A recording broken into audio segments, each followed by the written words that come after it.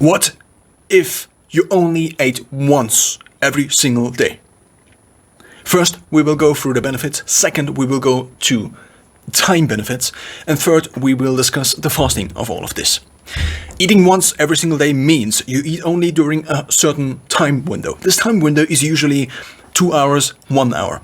So if you go really hardcore, it's usually 1 hour. This means within this 1 hour, you intake all the calories you take into your body on this single day.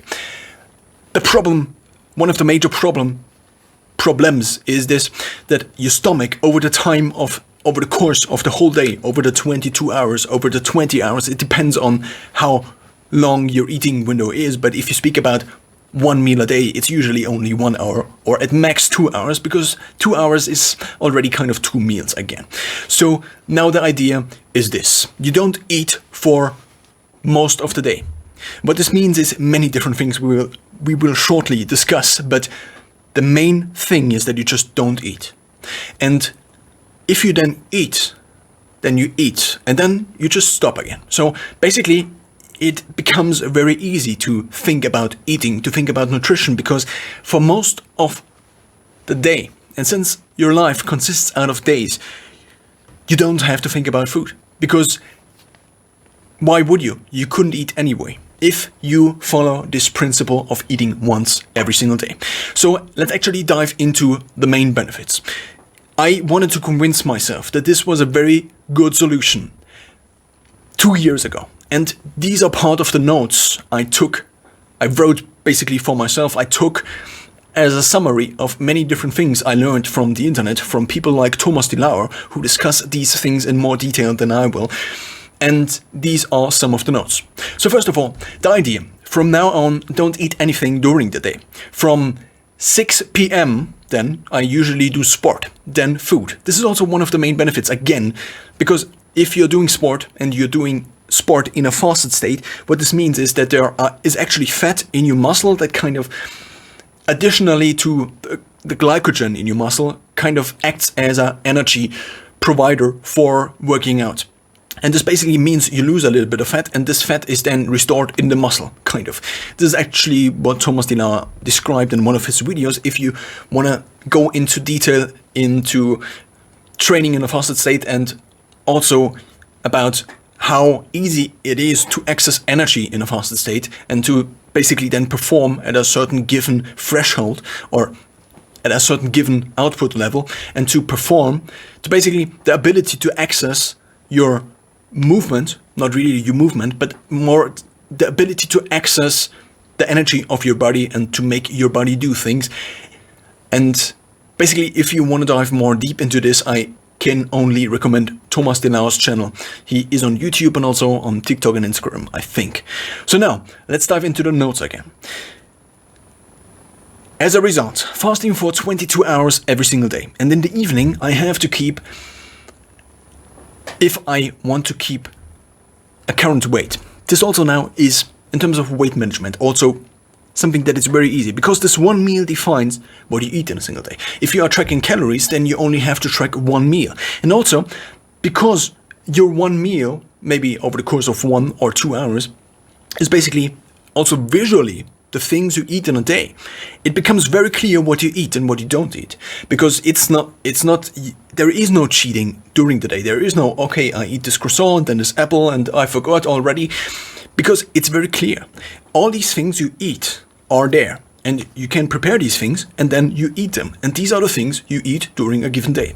Let's think about this in terms of time management maybe already, even though I said we will discuss it later on in more detail. If you eat once every single day, what this means is, first of all, 22 hours divided by 24 hours gives you a percentage of 91%. This means for 91%, and since, again, your life consists out of days, for 91% of your time you don't eat. And you also don't have to think about eating, because you just don't eat. What also comes in necessary is a fixed eating window every single day, because then the body actually can accumulate to this window, not really accumulate because that's the wrong word, but much more accommodate to this window in time. And this means that all the processes in your body, like when is cortisol released in the morning, for example, and when you are, and the different states you are in, basically a heightened alert state, for example, and things like these. The body can actually plan, incorporate your system design, your daily design, and then act upon it and basically optimize upon it. So let's dive into these notes again. You need less willpower because food just becomes, when it comes to food volume control, because why is this the case? So this is actually something I have experienced again and again and again.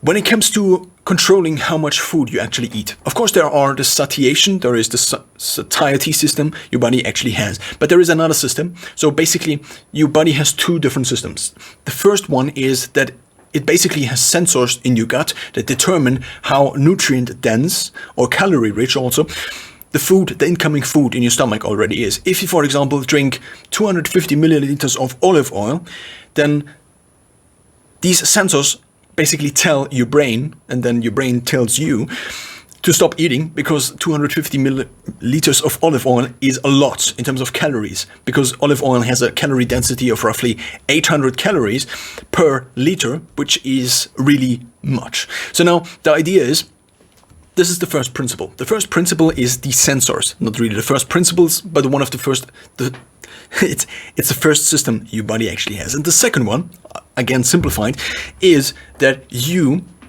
have your stomach volume, and your stomach actually can shrink during the day if you don't eat anything, and then it can expand again. And this expansion is actually kind of the other sensor. So basically, if your stomach is expanding, this gives you kind of a feeling of relaxation and also the feeling of fullness, because you actually are full. So now the idea is this: if you fast during all of the day, your stomach, if this was your stomach size is up to 3 liters. Usually it can also expand maybe up to 7, 8, 10 liters. So I don't know the exact record, but usually it's probably 2 to 3 liters. So now the idea is, if you don't eat anything, the stomach actually just shrinks down, which also has again already another major benefit. And this other major benefit is something when it comes to posture and when it comes to sport, which we will discuss shortly. So during the day, your stomach actually shrinks to a size, maybe to the size of your fist. This is actually something I heard. I don't know if it really shrinks to the size of your fist. So, but it of course shrinks because there's nothing in there. Of course, if you drink then 2 liters of water, your stomach expands again. This is also why drinking water kind of works to get a little bit of satiation, because it expands the stomach, so therefore enabling one of these principles for satiety to work. So now, during the day, your stomach shrinks. And now if you eat within this 1 or 2 hour window, in my experience, this is just my experience, this is not statistically significant, and it's also cannot be generalized. But in my experience, it works like this. If you eat something, your stomach expands a little bit. And then if your stomach expands, it's again empty, kind of. Because the things that are in there relative to the stomach size, the current stomach size, is then the proportion. So basically, if the stomach expands, the proportion of how much of the stomach is filled just grows smaller. So therefore, if you eat something a little bit, for example, in the first hour of eating, after your stomach being shrunk for maybe also after a long fast for 1 or 2 days, then what happens is that you eat just a very small amount and you already feel full. So this fullness principle acts already as one of the satiation principles. So now what happens is, if you then go into a bigger eating phase again, and if you don't do just OMAD, what happens is that your stomach expands, and then it expands some more, and then you drink something. For example, if you eat for the next 6 hours, for the next 8 hours, what happens is that your stomach expands again. And therefore, whenever now your stomach shrinks again, this is also one of the hunger principles. So another hunger principle, not really hunger principle, but one of the indicators or one of the hunger systems, you could also say. So the first one is the stomach shrinking. And this is also when the stomach actually, so when you have this feeling of hunger, not really this feeling, but this indicator that your body actually says to you, oh, I'm hungry. The first one is the physical sensation again. It's the stomach shrinking and also kind of the movements in your digestive tract. This is actually often causing these noises. These noises we associate with hunger. And now the second one is the stomach shrinking again. If your stomach then is already shrunken down, then this principle doesn't really act anymore. So therefore, if you now fast through the entire day and you only eat during a very short period, the stomach, so imagine the stomach, and it's now at 100%. If it now would increase to a size 3 times the volume, so let's say it's 1 liter, and it would increase to the size, expand to the size of 3 liters, this would be a 300% increase. But let's now imagine you ate already during the day, and then it goes from 2 liters to 3 liters. So basically it's like this, and then it goes to 3 liters. Then what happens is that this now is only a 50% increase. And in terms of these percentages, this influences how we perceive satiety. This now means, basically, broken down, if you don't eat during the day, your stomach shrinks, and therefore you are satiated at a point. So if this is what you could potentially eat, then you are satiated already in the beginning, maybe, compared to down the line if you ate much more food. So now let's dive further into the notes. Just listing other benefits. You have the certainty that you can eat well every single night because you have all of the calories still there. And also if you try to maybe slim down or things like these, then it just is very calming in terms of the psychological effect of eating, that you have this thing you can look forward to at the end of the day. And also because eating causes relaxation, and also for many is relaxation, or also is associated with relaxation. Therefore, this is kind of a nice benefit at the end of the day. You don't need to worry about food anymore during the day. So this means whenever you are in a city, whenever you're working and things like these, there are all these triggers everywhere, constantly bombarding you with eating junk food, basically triggers for eating junk food. The donut at the store above the street, or maybe in the office somebody brings cake and things like these. The idea is, if you eat once a day, and this once a day for me is usually in the evening, because if you take the normal 3 meals, the breakfast, the lunch and the dinner, then the dinner is the one that is the most, so if you leave out the other 2, and you only have the dinner, then this is the most socially compatible system. Because if you eat breakfast, then you cannot eat with your family and celebrate a birthday in the evening. And since many of us work during the day, this means that in the evening, this is the most social time. Therefore, having dinner as a 1 meal a day works the best. Now back to all of these triggers and avoiding all of this food during the day. If it is just very clear that you eat in the evening, then you just don't need to worry about constraining yourself to not eating during the day, because after quite some time it becomes a habit. If something becomes a habit, then that basically means that your brain automated this decision or this choice into the subconscious. So therefore, it becomes clear, and it also becomes easier to not eat during the day. This means, basically, think of a habit as your subconscious constantly analyzing everything you do. And whenever there is a repetitive pattern, it basically takes this pattern, writes a sub-program, and this then becomes a habit, and therefore you don't actively, with the rational part of our brain, so there are 2 different parts of our brain, simplified. The first one is system 1, the second one is system 2. System 1 is basically the intuitive one, and system 2 is the rational one, the hard thinking one, the one that actually causes work. And the one that actually causes work, or that actually takes effort to think, is system 2, and therefore the more something becomes a habit, the less you have to employ system 2 to actually get into fasting during the day, for example. If you now are out and about, or you're working from home, or you're working for a big company, it doesn't matter really. The main idea is this already involves time management a little bit. When everybody eats during the day, of course this is also a social time. If you eat with a colleague in the company you are working, of course this is also a social time. And this creates already kind of a problem, but again, the socially most... So when it comes to social interactions, having the dinner is the best option for OMAD, and therefore these others, of course, they are not optimal. It's not optimal if somebody wants to eat lunch together and you can't because you fast. But at the same time, if you have the habit, and also, so if you have the habit and also maybe the willpower still, because if somebody eats something in front of you and you are very hungry, of course this probably still needs a little bit of willpower, unless you did it for the last 5 years and you never made an exception. Then this is of course a downside of this pattern. But again, if it becomes clear, then you don't have to use your mental power, not your mental power, but kind of your willpower to constrain yourself when it comes to food intake. And now what this enables you to do is, there is this concept that you have a fixed willpower at a given time. This could mean a day, this could mean 12 hours. It doesn't really matter. What matters is this: there have been studies which actually did the following experiment. So there were people who did mathematical equations and who had to do them and who had to solve them. And these mathematical equations, you have to solve them with system 2. So therefore you have to use your willpower to solve these. And then afterwards, these people were presented with food choices.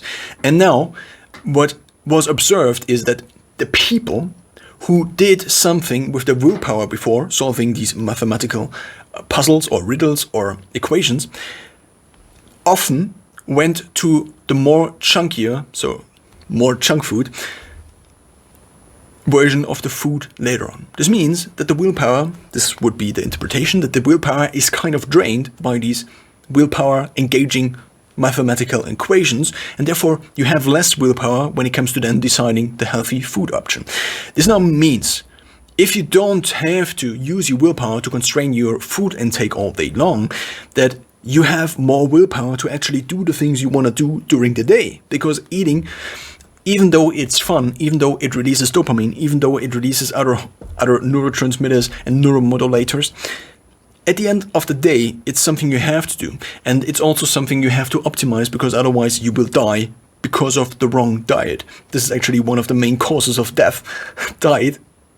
Death by the wrong diet. This is one of the main problems of our society. It's obesity, it's this Western diet. I don't want to dive too much into this, but this already connects to another main benefit. If you eat only once during the day, cooking or preparing the meal becomes a more viable option, because out of the standard 3 times a day, you just cut 66% of the meal prepping time, basically. Of course, it doesn't really, this is a given thing now. I just assume that you prepare, that you already have a given amount of time you take for preparing the breakfast, eating the breakfast and things like these. But just think about the time this actually, so if you take these 2 other meals, the eating time and also the preparation time maybe, or it doesn't even have to, you don't even have to prepare these meals on your own. Even if you go to a shop somewhere, it takes maybe 5 minutes, 10 minutes, because you have to kind of deviate from your normal workday and things like these. So therefore, if you just take this 66% of your time, given that every single one of these 3 meals has the same time, then you just have 66% more time for the one meal that counts during the day, the dinner. So now, in conclusion, this means it becomes a much better option, or a much more accessible option, to also cook and to also prepare the meals for yourself, because you only have to do it once every single day. You could even go further and prepare, for example, what I did in the past. I experimented with this, was to prepare boxes of food, basically cook the food already, and to then have these frozen boxes in the freezer, and then to just basically defreeze it and put it into the microwave, which again takes a little bit of the nutrients. That's a problem, but then I would just have this one single box, and this was my meal. Additionally, I could supplement with vegetables, basically fresh vegetables, or other fresh things, but mostly vegetables. And the idea is this, that it's already prepared, so therefore you don't even have to think about what you eat. So therefore outsourcing, not really outsourcing, but mentally outsourcing it to 1 day a week. So basically I took the Sunday, usually I cooked for 1 or 2 hours, listened to podcasts while doing the whole thing, and then I had like depending on how much food I got out of all of these different things. I had 10 to 14, 15 different boxes. I put them into the freezer, and then I just took one out every single day, put it into the fridge, and then it became unfrozen during the night, for example, and then, but also the microwave. So therefore, if you want even more flexibility, then you just use a microwave, but I didn't really know. We had a microwave, so I lived somewhere in a flat share before, and we had a microwave, but I didn't really know how to use a microwave because I never had before. Let's talk about dental health. One of the main problems is that you have food in your mouth all the time, and the saliva actually acts as a kind of, sanitizer for your mouth, and also for establishing long-term health of your teeth all the time. So therefore, the main problem is, and this also again includes the diet choice. If you have something that's very sugary and things like these, of course, the bacteria in your mouth, the harmful bacteria in your mouth thrive, not of course, but they thrive better from sugar and things like these. Now, if you have a combination where something that is made of acid or something that is slightly acidic is in your mouth, and then the sugar, this actually creates a very bad combination. So now, in the past, imagine, so many people don't even brush their teeth afterwards. There are also recommendations by dentists who say that you don't have to brush your teeth after every single meal, but then again you have the problem that you have all these the rests of what you ate in your mouth, and this creates the problem of these harmful bacteria actually increasing in your mouth, and then your teeth potentially getting rotten. So now here's the idea. If you don't eat for almost all of the time of the day, and you only eat once, you only have to brush your teeth once. So when it comes to teeth brushing and overdoing the teeth brushing with after every single meal, 3 times a day, which I did in the past to prevent basically caries. It's called caries. I just looked up the pronunciation because I wasn't sure. So now, to prevent caries and also tooth decay, the idea is if you don't eat during all of the day, you reduce the number of potentially brushing the teeth by 66%.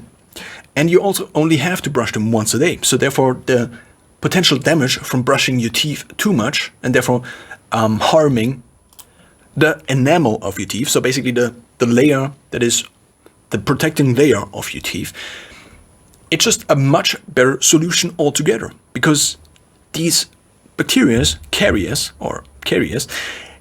just has only a very short time window to build. Basically, if you eat 1 hour during the day or 2 hours during the day, that's the absolute amount of time they can do harmful things, because afterwards you brush your teeth and you're clean again.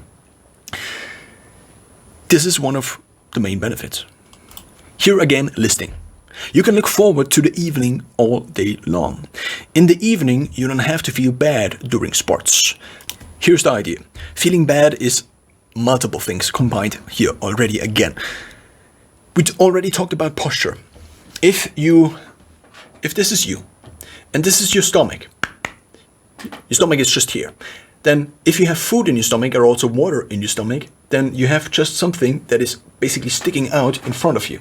Now, this worsens your posture all day long. If you do something like lifting, if you do something like running, if you do basically any sport that involves you doing the proper movement, which is basically any sport, then you have the problem that this thing in front of you constantly weakens your posture. So actually what happens is, if you have this basically gut in front of you, what often happens is that your pelvis rotates. So I will move back a little bit. So if you have a gut sticking out, then your pelvis often rotates backwards in order to kind of accommodate for this gut in front of you. And then again, your shoulders might rotate forward, and this creates a whole posture problem altogether again. If you are now doing sport, this kind of prevents you from moving properly.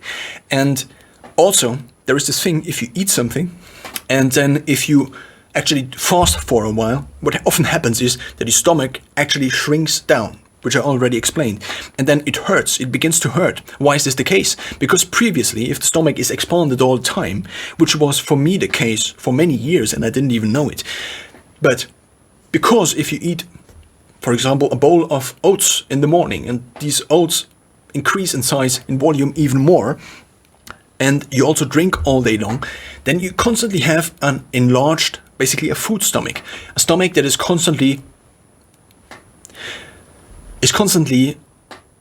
working to get the nutrients out of this food together with the digestive tract. And here we again have another benefit. And this other benefit is also one of the main benefits of OMAD. It's focus. So the digestive tract altogether is an organ. And organs, in order to work properly, need nutrients. Nutrients like nutrients, but also oxygen. And now the idea is this. At a given fixed amount of blood in your system, let's say this is all of the blood in your system, if you have your digestive tract working all day, because it actually digests all the food all day, what happens is that out of this fixed amount of oxygen, out of this fixed amount of blood, a certain percentage is just going to the stomach. And it's basically drained from all your other organs, such as the brain.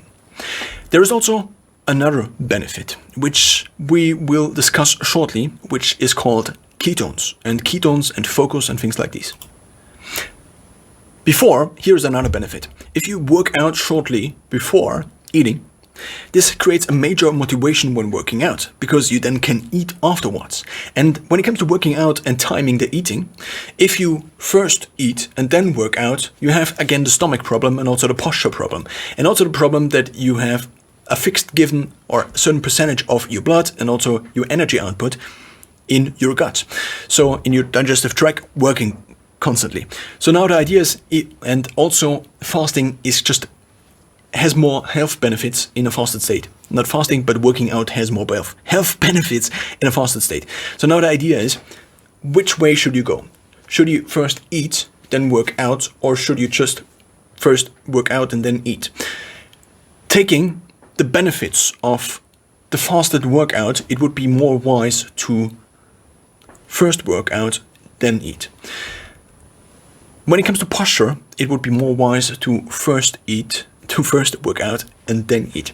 When it comes to nutrient availability, it would be wise to first work out and then eat. Because if you first work out and then eat, after a workout, your body is basically micro-destroyed. There are micro tears, for example, in your muscles, which mean that your muscle actually has to be restored, has to be basically built up again. And this is also kind of the cycle where you can increase muscle mass and also strength.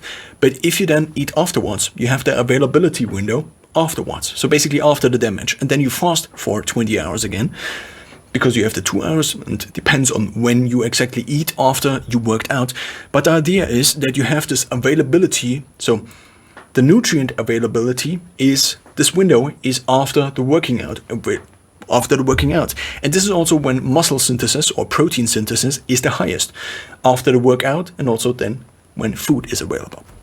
There is also an argument to be made where you first eat something and then work out, because it takes, of course, a little bit to digest all these nutrients and then have the availability. Therefore, if you first eat something and then work out, so shortly before working out, this could also create basically a benefit in terms of long-term health and also in terms of getting your strength and also muscle mass up.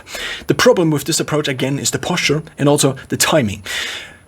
I for myself, for example, realized after many years of trying to run, I always had these side stitches. So basically under my chest, there were always these stitches where actually where the diaphragm attaches basically to your ribs.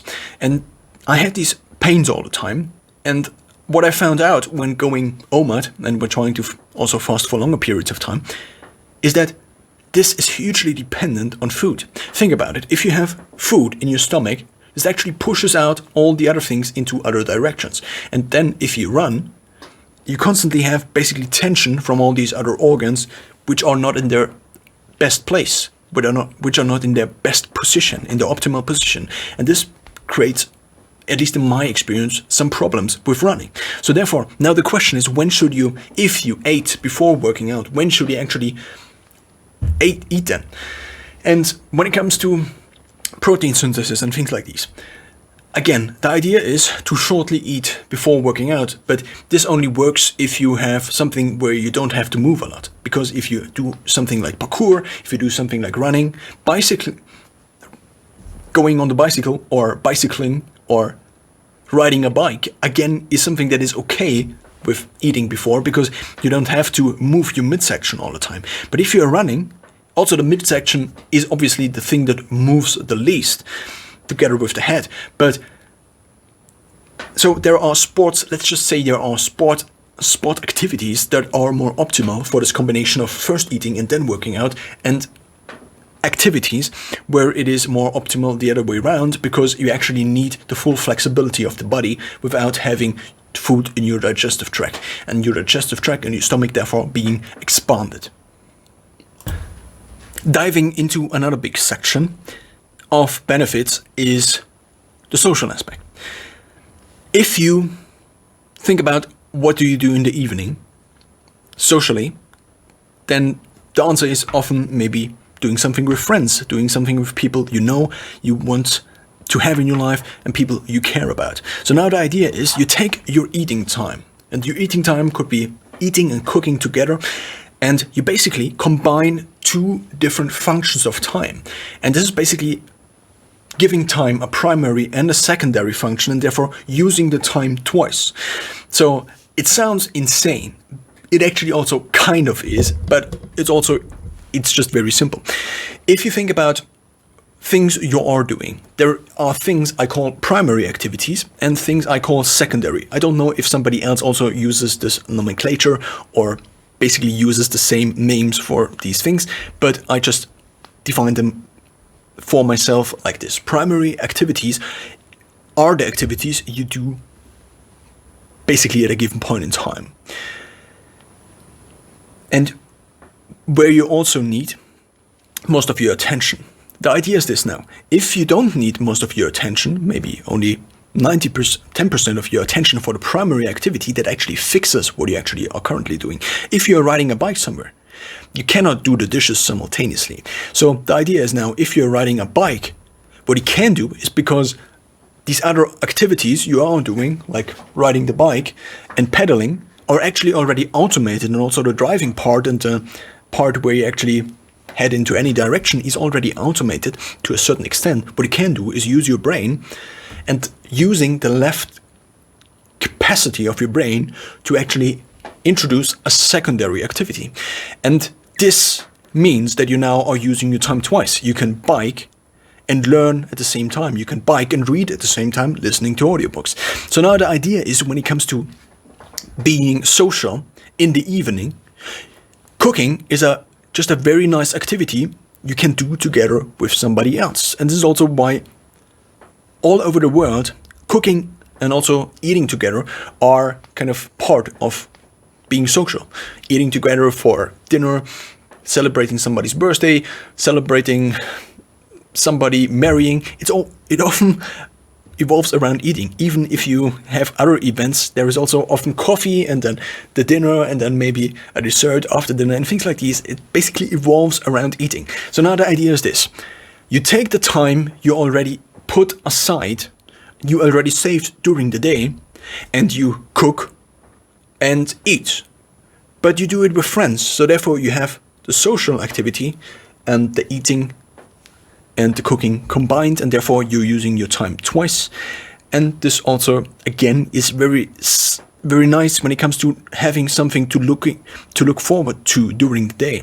Because if you not only are looking forward to the food, but maybe also looking forward to meeting your friends. And when it comes to working hard, playing hard, this just is a very easy mindset, because it's either working on, totally on, or totally off.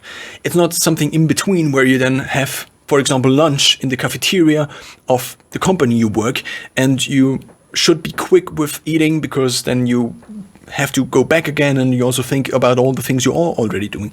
This creates a very easy mindset. It's, you stand up, you work all day, or you study all day, or you go to school all day, and then in the evening, for me that's usually at 6 p.m., I just quit my workday.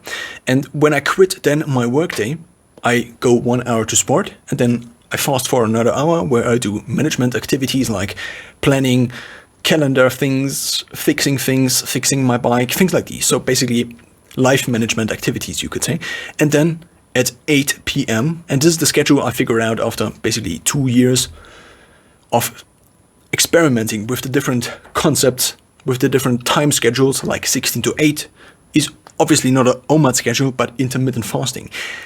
OMAD is basically a very hardcore version of intermittent fasting that has basically a heightened version also of all the benefits, alongside with some downsides that come with this heightened version.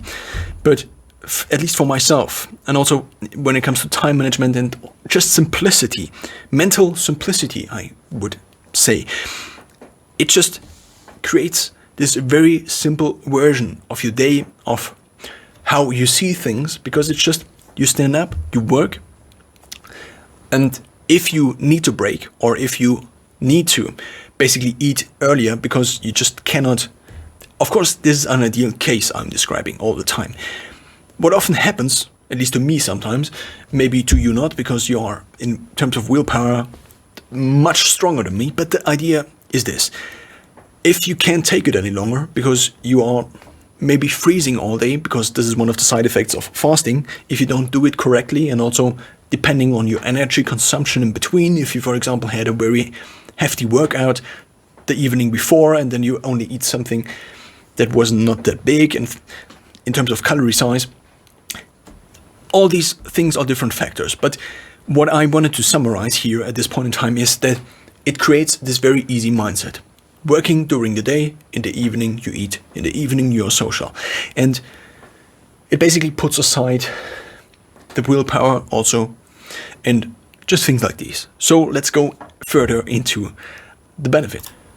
So one of the benefits of working out in the evening, this is also a big question, working out in the morning or in the evening.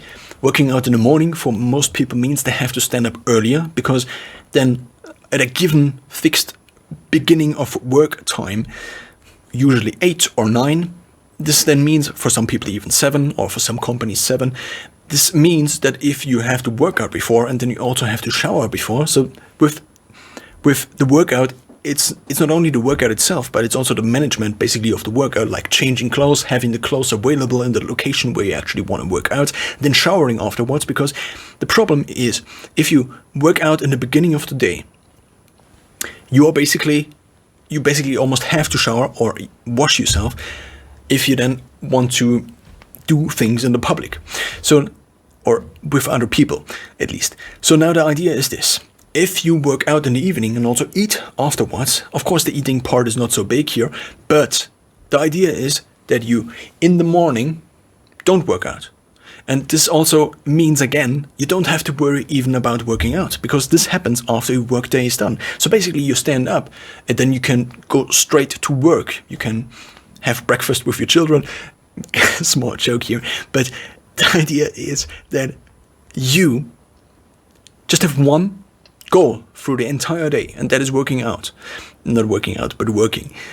And then 6 p.m. hits, and 6 p.m. is also kind of, this is what everybody uses. It's either 5 p.m. or 6 p.m. Most countries on this planet work to these times, 9 to 5 or also 8 to 6. It depends on the working hours, of course, and other factors. But the idea is, again, working during the day is there to work. Most of the day is used for working on things. And then this line, 6 p.m., which also happens to be 1/4 of the day, because 6 p.m., 6 hours, 24 hours, it's 25% of your time, and then this just creates this very easy frame for you to act in. And this takes a lot of the decisions you would have, a lot of the decisions and choices.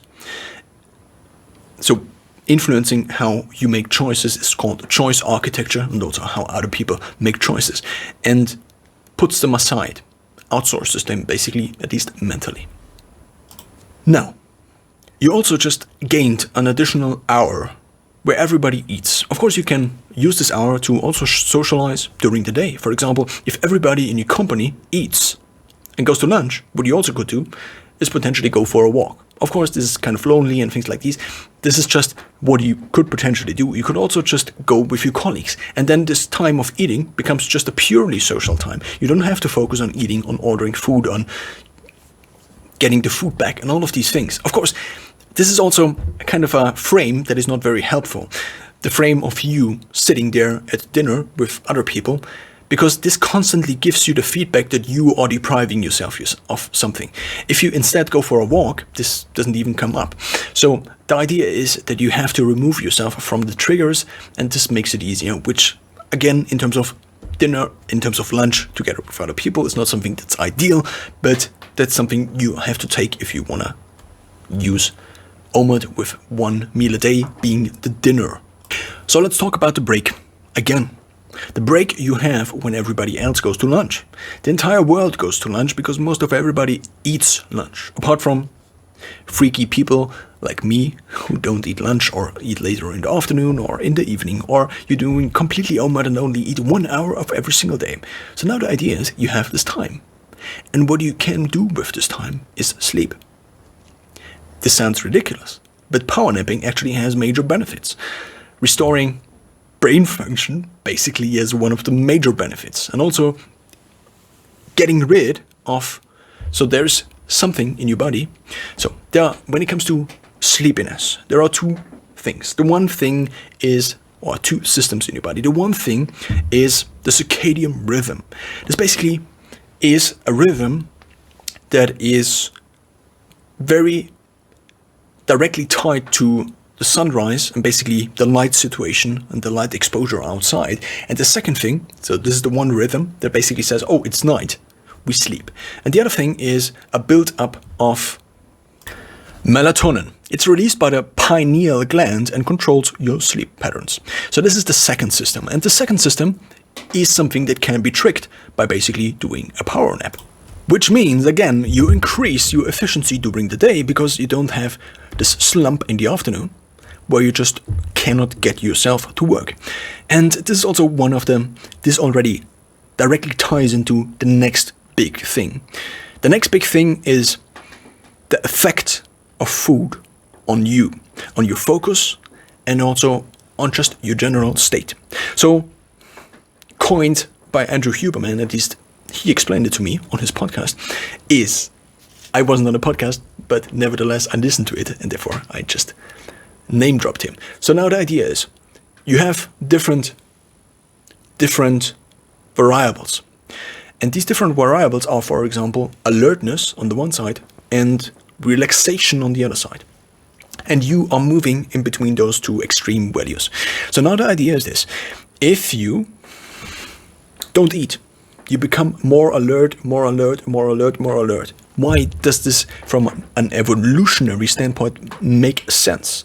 Because the farther away you are from the point in time where you actually ate, the more crucial it becomes that you eat something again.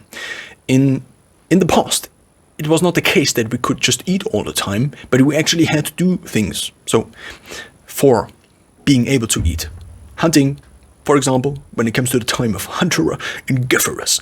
So now the idea is this: your body is designed to become more alert while fasting.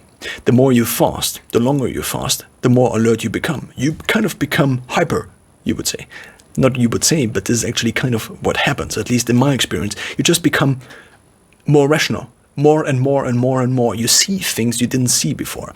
Imagine you having eaten a whole bowl of pasta or pizza or something very sugary, and afterwards your brain is just, so basically here is your brain, and after eating a large amount of carbohydrates is basically like, hey, hello, It just doesn't work. It just has a latency to it. It has a reaction time that is just unbearable, and it's just not there. You try to connect to your brain, so basically you as the rational system too, and you want to compute something, and it just doesn't compute. It's just very slow, it's just very laggy. And this is a major effect, a major relaxation effect of carbohydrates, in general also of eating. So out of the 3 different nutrients, so macronutrients, we have carbohydrates, fat and protein, fat actually triggers the least amount of relaxation. Then comes the proteins, and then comes the carbohydrates. So basically, if you want to work during the day, eating carbohydrates in any time during the day is a very bad idea. Because for the next hours, you will be very sleepy, you will be very relaxed, and you will not be focused and alert. And that's a problem, because it prevents you from being efficient at the thing you are doing. It also increases, in my experience, again, this is not something that comes from studies, but in my experience, you become much more calmer. So there is another scale. The one is being alert and relaxed, and the other one is being calm and being kind of edgy. So the ideal combination of these is being alert and calm, because then you're not like, oh, and then I have to do this and this. So then you don't have panic.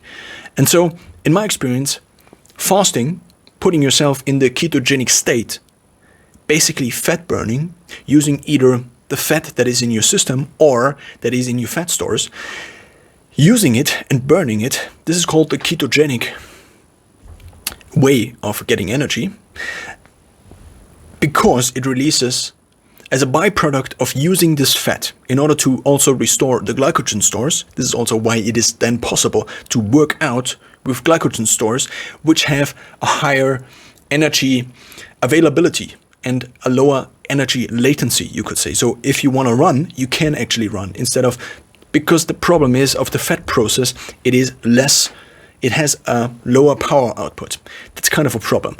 So at a given amount of time, you can retrieve more energy using carbohydrates from your body than using fat as a fuel.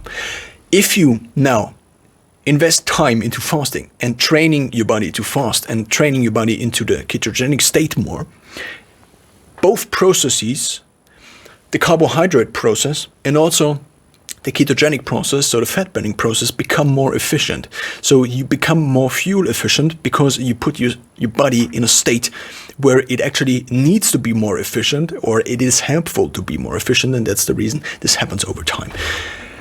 And this is also one of the nice things, again, about fasting, about OMAD, and about the ketogenic diet, because if you get yourself in a state where you can also use glycogen more. This means at a given glycogen storage situation, so over time, if you actually work out, your glycogen stores in your muscles actually increase. So this means carbohydrates are stored directly in your muscles, which are then converted into KTP and ADP, which are then used for energy use. So for instant energy use. Then what this means is, so ATP is adenine triphosphate, and then you have adenine D-phosphate, which is basically the split version that has less energy. And you also have KTP, creatine, D-phosphate, and triphosphate. So basically these two different versions again. The tri again stands for the one that has more energy. So now, this is also why some people take creatinine or creatine to maybe improve their workout performance. But now, back to the improvement of these processes.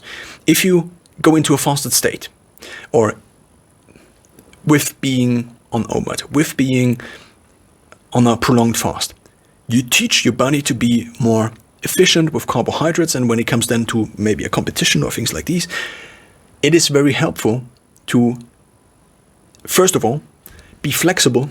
So you teach your body also to be flexible between those different things. This is the ideal state. You want to both be able to use carbohydrates as fuel, because if you deprive yourself completely of carbohydrates for a long period of time, this also can cause a decrease in the efficiency of the burning of carbohydrates. This is also a problem.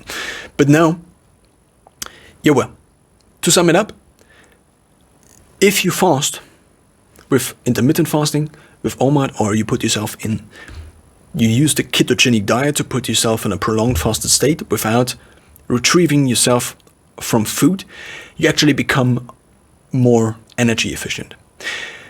Which could also be seen as a downside. If you tend to eat way too much, then being less energy efficient actually maybe accounts for a better burning of the excess calories kind of. But again, this is being more efficient in general is something that is probably seen as positive. Let's talk finances. What do you think is cheaper? Going out to eat or preparing all the meals yourself? The idea is this. In order to optimize your meal, if you then don't buy food from external sources so much, so already prepared food, you can then take the same amount of time, given a fixed amount, not time, but money, to actually buy better ingredients. Also maybe to buy additional supplements and to just buy better foods. This means now you can maybe go organic because you then have just a lot of money that is left at a given fixed money for food budget. And this, again, is a benefit. Also, by not eating during the day, you just cut out all the spending of food during the day. The only thing you then theoretically, ideally buy is either going out for dinner or just getting groceries. And this is just something you have to do once, twice, 3 times a week, depending on the size of your household, and also how much food you have to buy for each individual in your household. But the idea is this, that your spendage for nutrition becomes also much clearer.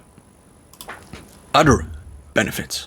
Since you only eat once during the day, and also you have the shrinkage of the stomach, and you also have other things.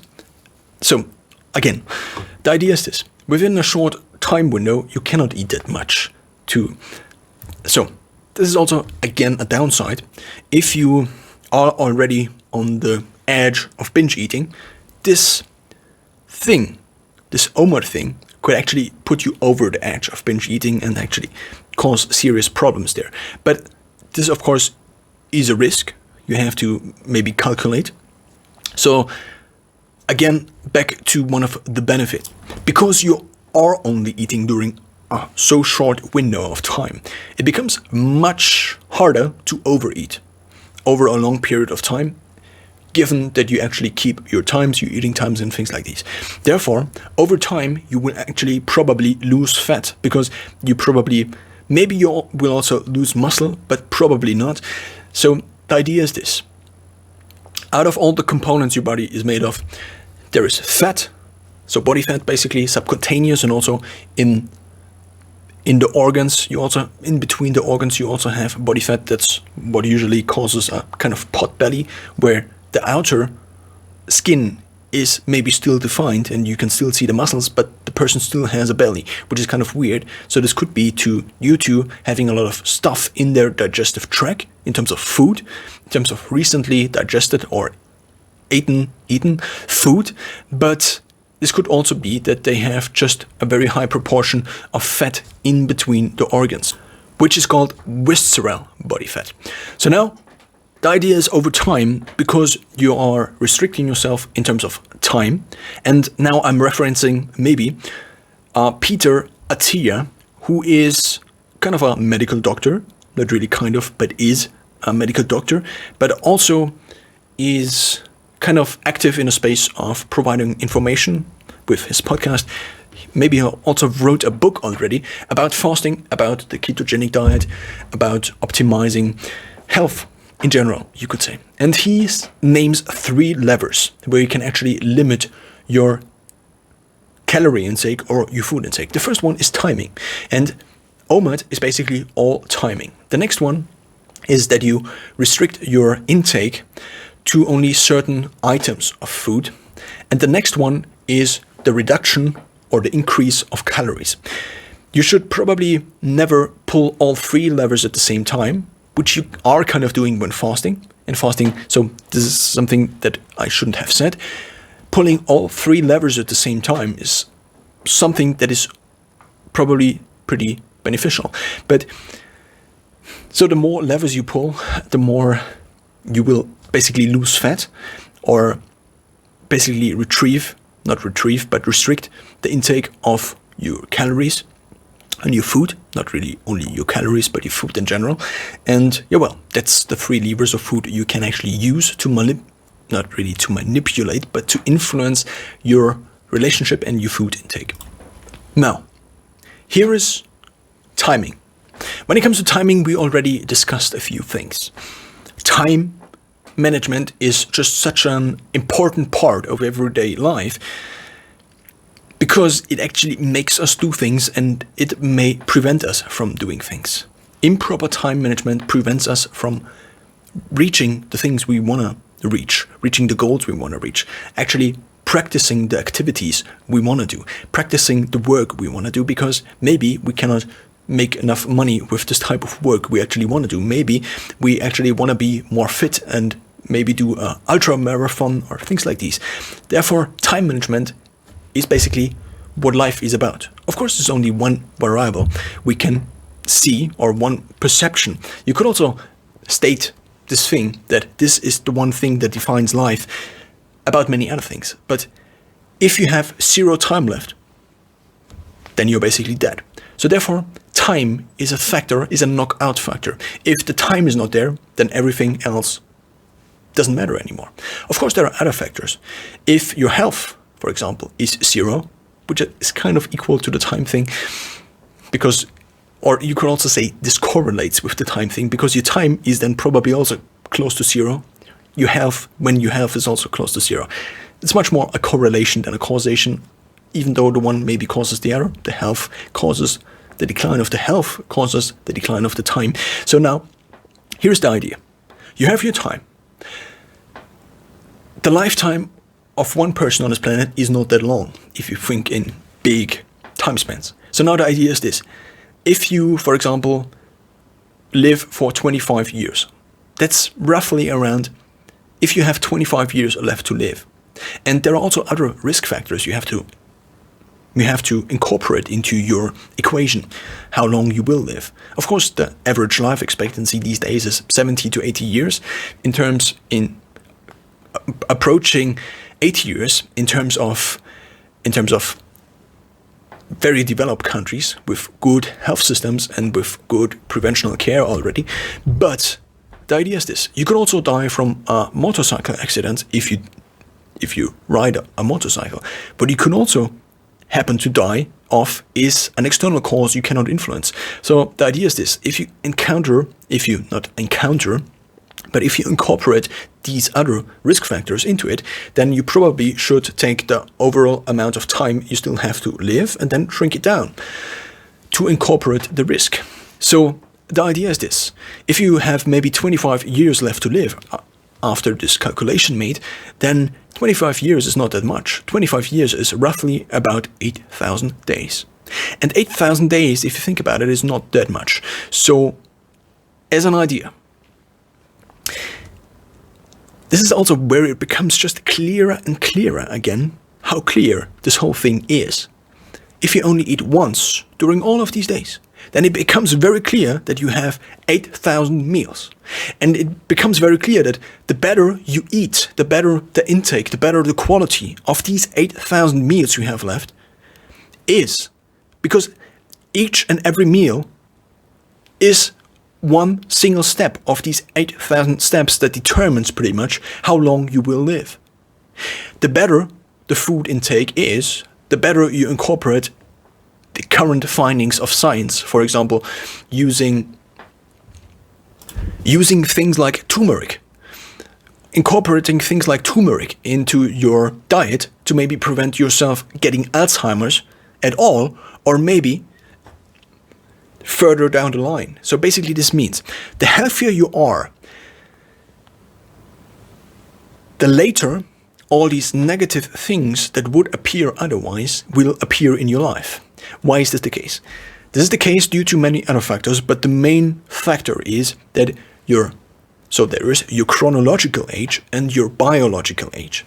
Your biological age is the age you have, your body has, so how well it is functioning, kind of, compared to the standard for your age group.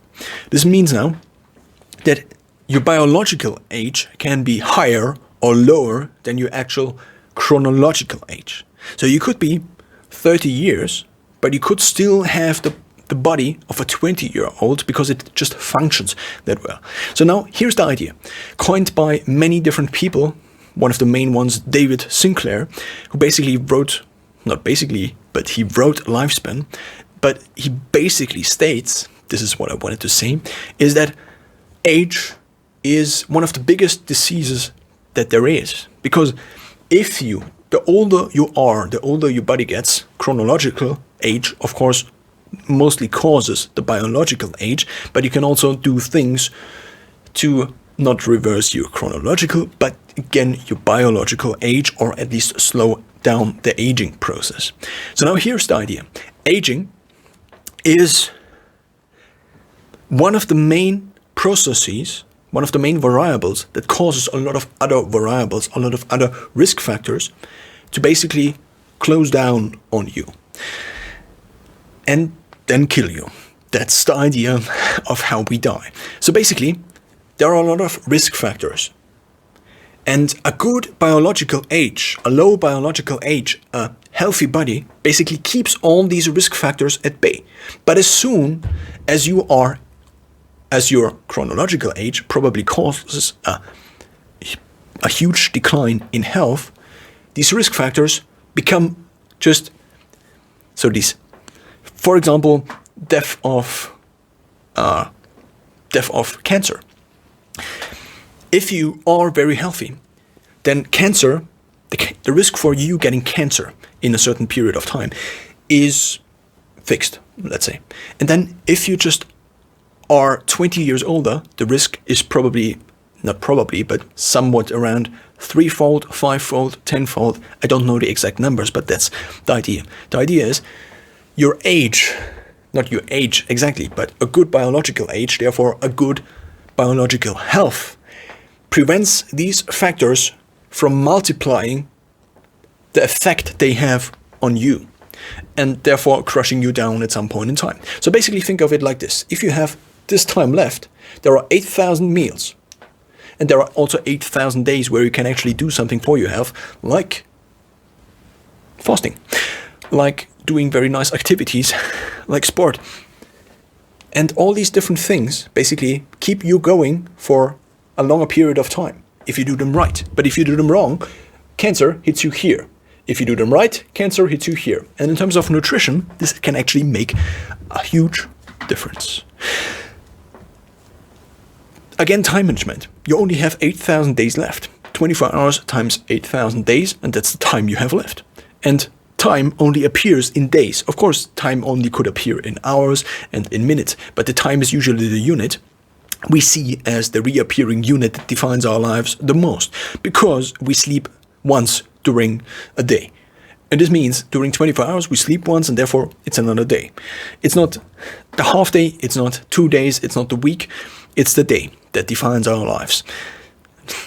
This is a quote I just made up. So now, here's the idea.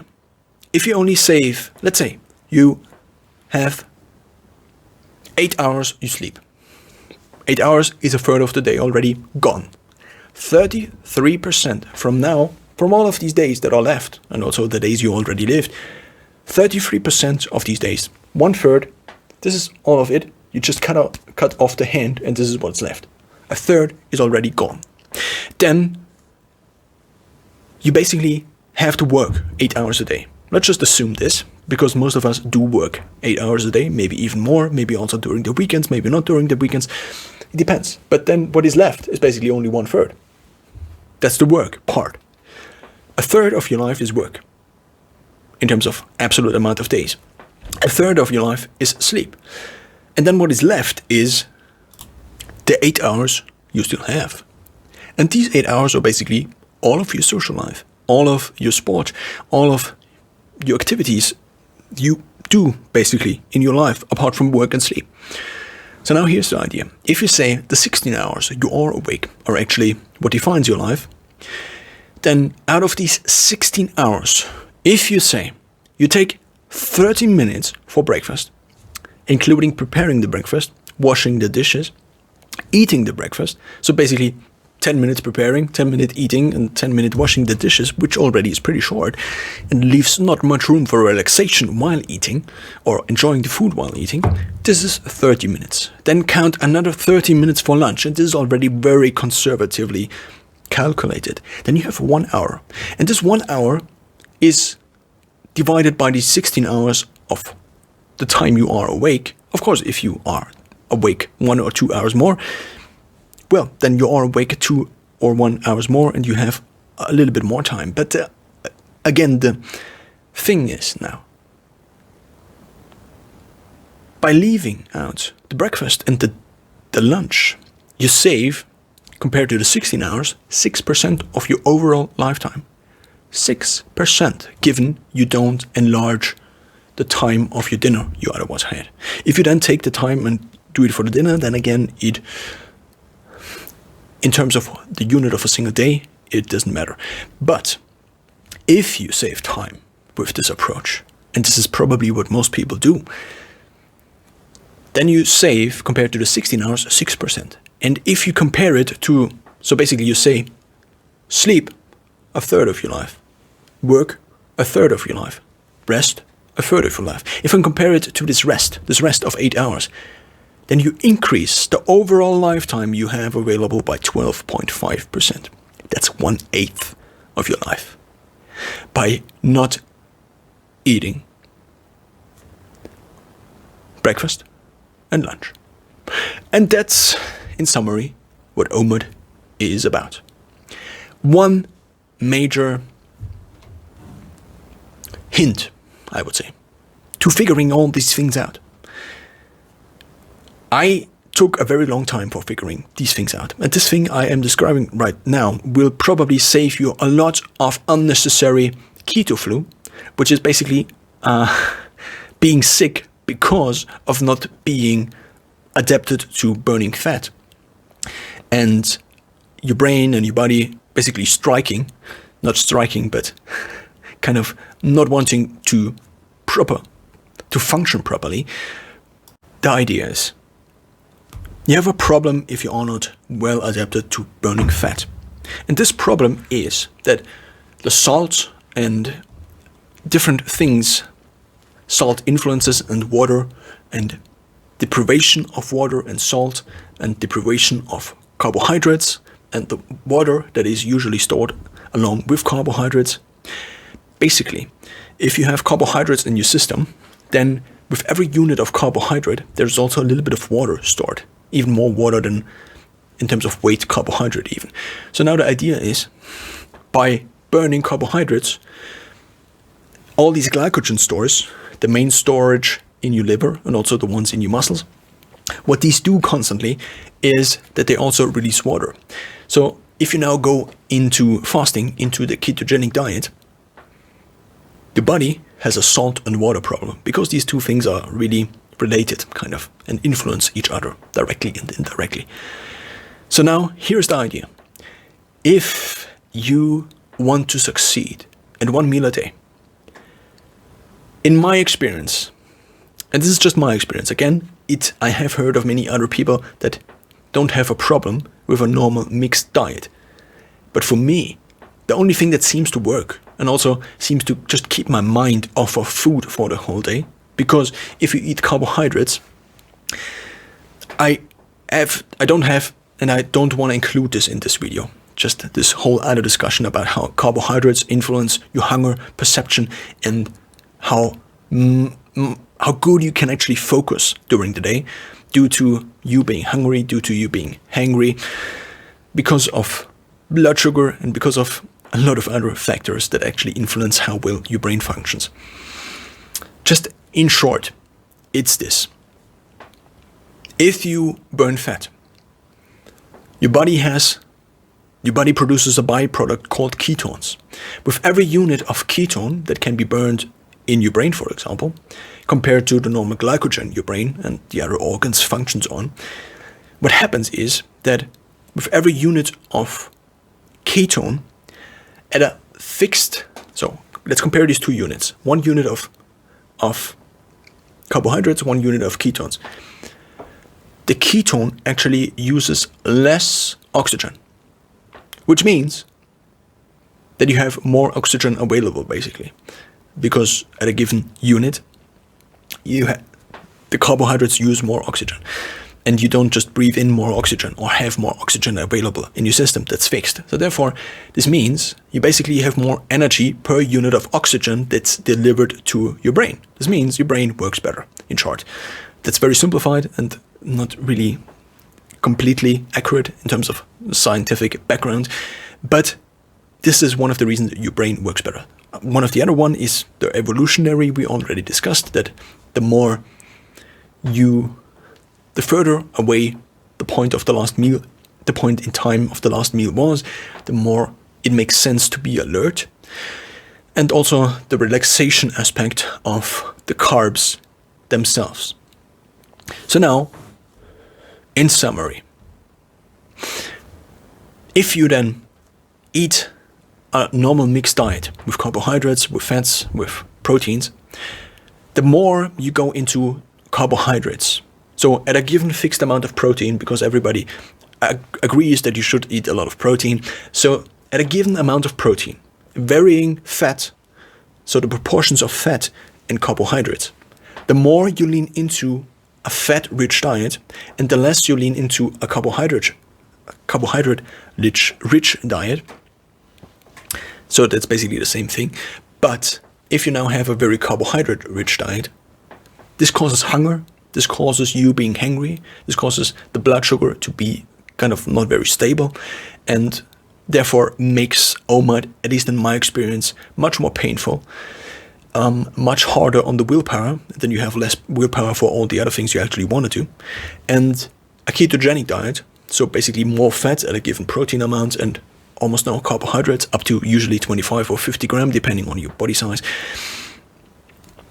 or weight, gives you just a much easier experience with intermittent fasting altogether, and also with one meal a day called OMAD.